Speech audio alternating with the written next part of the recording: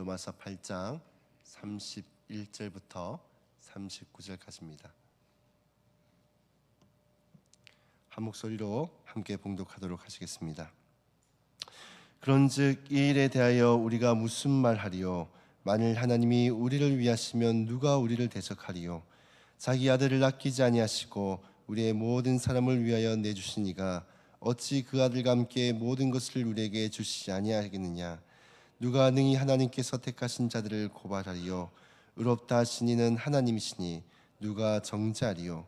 죽으실 뿐 아니라 다시 살아나시니는 그리스도 예수시니 그는 하나님 우편에 계신 자요 우리를 위하여 간구하시는 자시니라.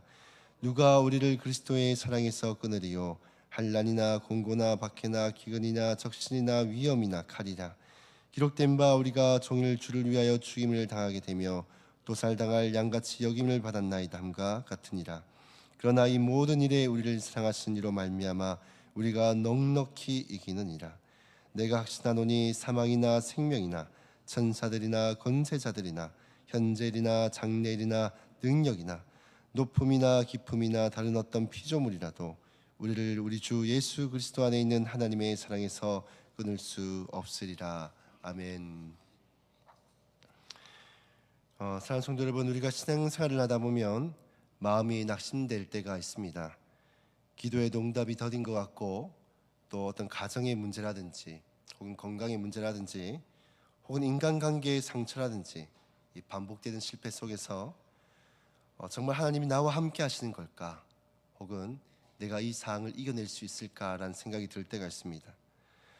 바울 역시 초대교회 성도들이 겪고 있는 그 환난과 박해 그리고 가난과 배고픔, 불안, 고통을 누구보다도 잘 알고 있었습니다. 그래서 그 모든 두려움에 대한 하나님의 결정적인 답을 이 로마서 이 8장 오늘 본문에서 그들을 위로하기 위해서 말씀하고 있는 것입니다. 바울이 오늘 본문에서 말하고 싶은 핵심적인 문장은 단 하나입니다. 그것은 바로 하나님의 사랑이 우리에게 주어진 모든 상황들을 능히 이기게 한다는 것입니다. 오늘 그 이유를 세 가지로 함께 나눠 살펴보기를 원합니다. 첫 번째로는 우리가 하나님의 사랑이 이기는 이유는 이 하나님이 우리의 편이 되어주시기 때문입니다. 이 바울은 31절에서 이렇게 말씀을 합니다. 그런즉 이 일에 대하여 우리가 무슨 말을 하리요? 만일 하나님이 우리를 위하시면 누가 우리를 대적하리요? 라고 선언을 합니다. 여기서 우리의 편이시다라는 말은 단순히 우리를 응원하신다라는 뜻이 아닙니다.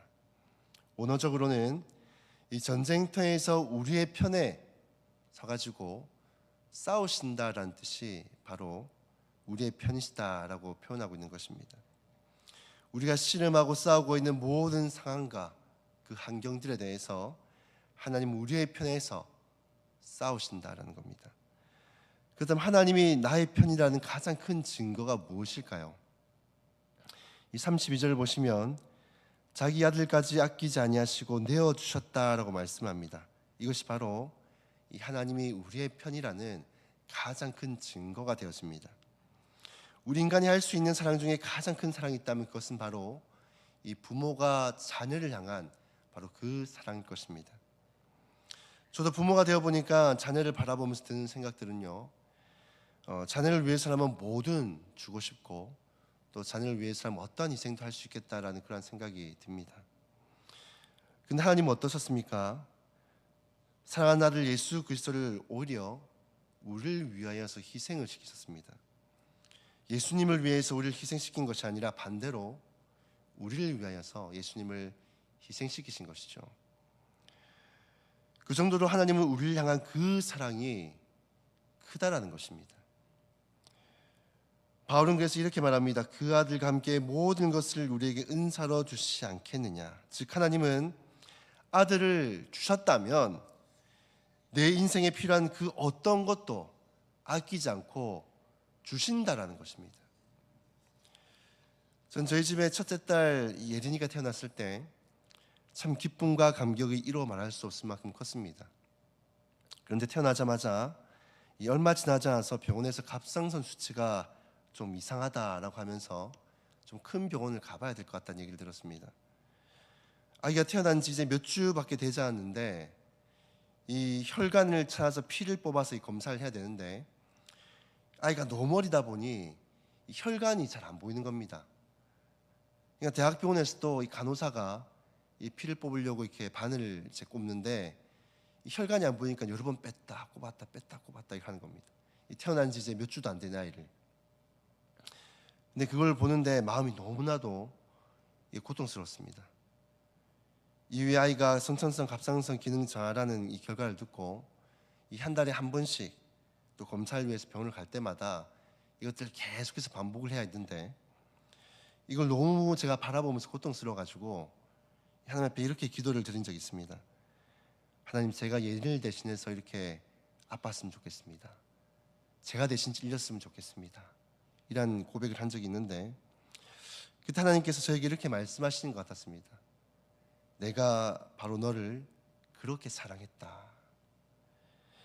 저는 이 예레미야를 통해서 하나님께서 우리를 향한 그 하나님의 그 사랑이 얼마나 큰지, 아들을 희생시키면서까지 우리를 사랑하시는 그 사랑이 얼마나 큰 것인지를 깨닫게 되었을 때 이 십자가의 사랑과 그 무게가 다시 한번 좀 다르게 다가오는 것을 느꼈습니다.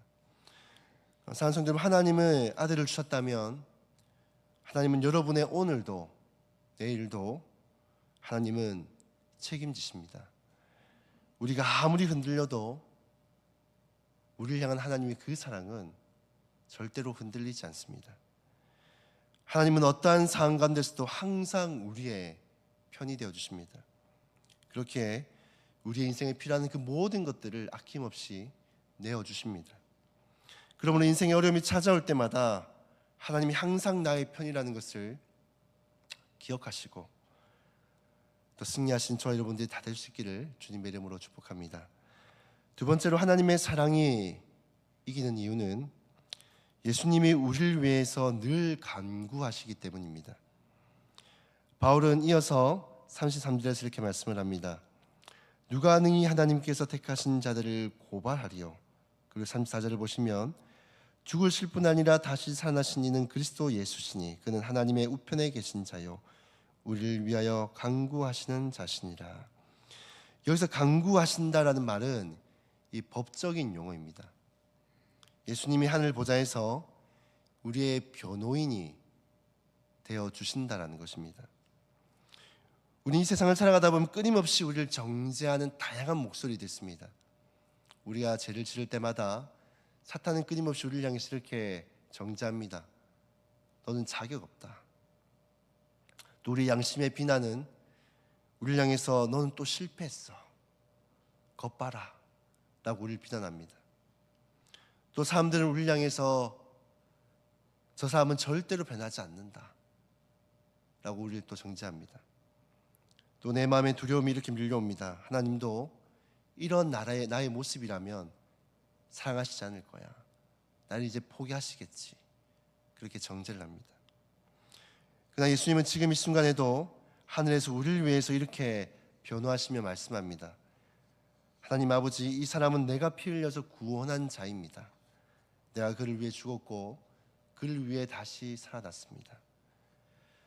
우리가 흔들릴 때 예수님은 우리의 편에서 너는 내 것이다. 내가 너를 대신해 죽었고 내가 너를 위해 속량하였다. 그러므로 너는 이제 내 것이다 라고 선언하십니다. 법정에서는 변호사가 좋은 변론을 해주면 피고인은 마음에 평안을 얻습니다. 하지만 최고의 변호사는 사건을 맡기기 전에 이미 법정의 판결을 확신하고 변호하는 변호사입니다. 예수님이 이미 십자가에서 형벌을 끝내버리셨습니다. 하늘법정에서 원수의 고발은 아무런 효력이 없습니다. 예수님의 피가 우리의 무죄를 보증을 합니다. 그러면 사랑하는 성도 여러분, 우리가 아무리 넘어져도 실수해도 기도할 힘조차도 없어도 예수님은 결코 우리를 포기하지 않으십니다.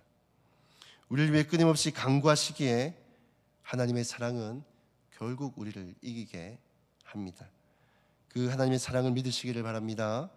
이 세 번째로 하나님의 사랑이 이기는 이유는 그 무엇도 우리를 향한 하나님의 그 사랑에서 끊을 수가 없기 때문입니다. 35절을 보시면 사도 바울은 아주 강력한 선언을 합니다. 누가 우리를 그리스도의 사랑에서 끊으리요?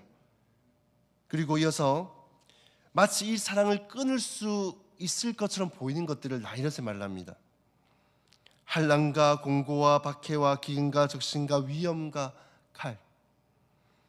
이것들은 초기 성도들이, 이 교회 성도들이 경험했던 그 고통들입니다.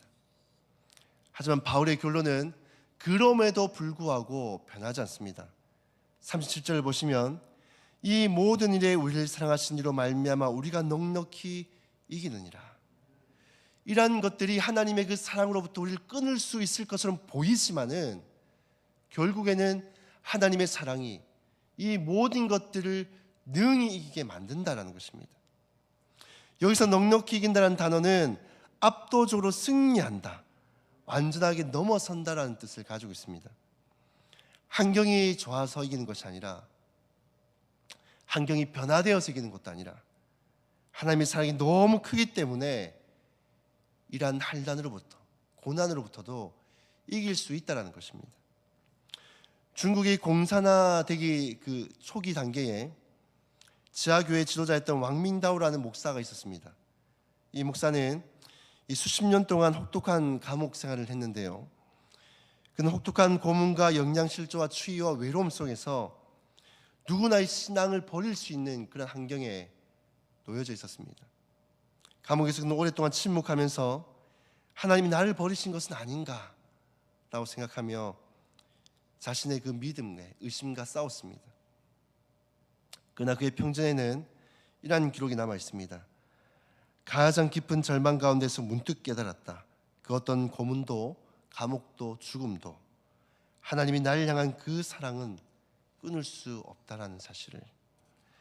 그때부터 그의 믿음은 다시금 회복되기 시작하였습니다. 그 늙어서 감옥에 풀려났지만은 풀려난 이후에 끝까지 복음을 전했습니다.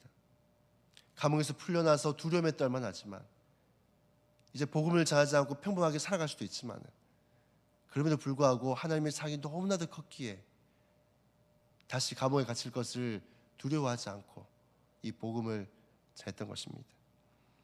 그가 남긴 말은 수많은 중국의 성도들 가운데 위로와 큰 도전과 용기가 되어졌습니다. 사도 바울도 38절 39절에서 이렇게 이어서 말합니다. 내가 확신하노니 사망이나 생명이나 천사들이나 권세자들이나 현재일이나 장래일이나 능력이나 높음이나 깊음이나 다른 어떤 피조물이라도 우리를 우리 주 예수 그리스도 안에 있는 하나님의 사랑에서 끊을 수 없으리라. 사망이나 생명이나 천사나 권세자들은 모든 존재들을 뜻합니다. 현재일이나 장래일이나 이런 것들은 모든 시간을 뜻하고요, 높음이나 깊음은 모든 공간을 뜻합니다. 이것은 무슨 의미인가 하면요, 어떤 존재들인지 어떤 시간대이든 어떤 공간에 있든 이 사도 바울은 확신하건대 우리를 향한 하나님의 그 사랑을 결코 끊을 수 없다는 것입니다. 하나님의 그 사랑은 어떤 존재 앞에서든 어떤 시간 앞에서든 어떤 공간 앞에서든 하나님의 사랑은 항상 우리 가운데 함께 있다는 것입니다. 오늘 하루도 우리가 어디에 있든 누구와 있든 어느 시간대에 있든 하나님의 사랑이 우리를 늘 붙들고 계시다는 사실을 믿으시고 이 세상 살아가면서 힘들고 고된 순간들이 올 때마다 하나님의 사랑을 기억하며 나에게 주어진 그 상황들과 그 환경들과 싸워 승리하는 저 여러분들이 다 될 수 있기를 주님의 이름으로 축복합니다. 우리가 말씀을 기억하시면서 함께 기도하며 나아갔으면 좋겠습니다. 나의 편이 되어주신 하나님, 나를 위해 간구하신 하나님, 나를 사랑으로 굳게 붙들고 계시는 그 하나님, 그 하나님을 의지하며 승리하는 삶을 살아가는 성도가 되게 도와주시옵소서. 이 시간 주어진 기도 제목대로 함께 기도하시고 개인의 제목으로 자유롭게 기도하신 후에 돌아가도록 하시겠습니다. 기도하시겠습니다.